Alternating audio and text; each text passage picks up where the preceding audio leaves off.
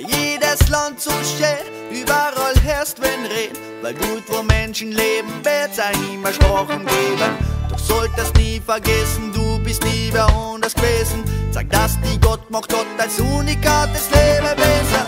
Viel zu oft versucht man andere zu kopieren und statt selber mal probieren, etwas Eigenes zu kreieren. Hey. Viel zu oft regiert nicht Liebe, sondern Neid. Aber was uns dann noch bleibt, ist gleich mehr Eifersucht und Leid. Hey.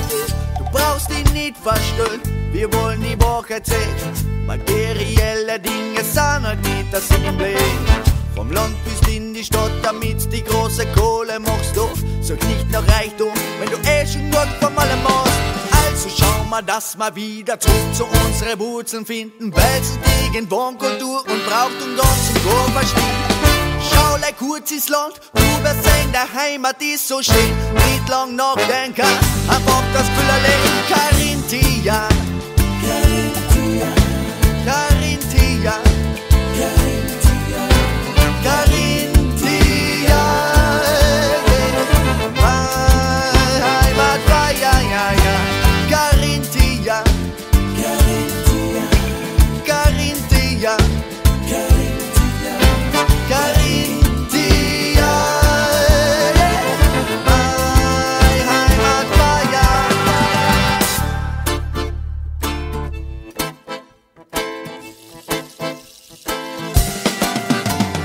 Jo, ich hör gern zu, wenn Rastas Kraftvoll Patwa singen, Babylonia mit positiven Vibes bezwingen. Aber wenn ich Musik mach, egal ob Reggae oder Jazz, steh ich auf meine Sprache, weil ich lieber ja sag und nicht yes. So viele Blender, die von Wahrheit die was gehört haben, weil sie deren spülen und deswegen bauen sie sich das Leben verkehrt. So kleine Kinder sind die Leidtragenden, weil die großen Furzen wiesen sich am besten schon. Denn ein Naturprodukt ist heutzutage schon fast eine Rarität, weil der Bauer ja keine Chance mehr hat, dass er noch überlebt.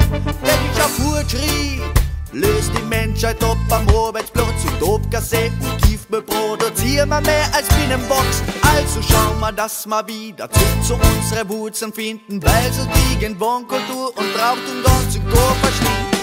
Schau like kurz ins Land, du wirst sehen, der Heimat ist so schön.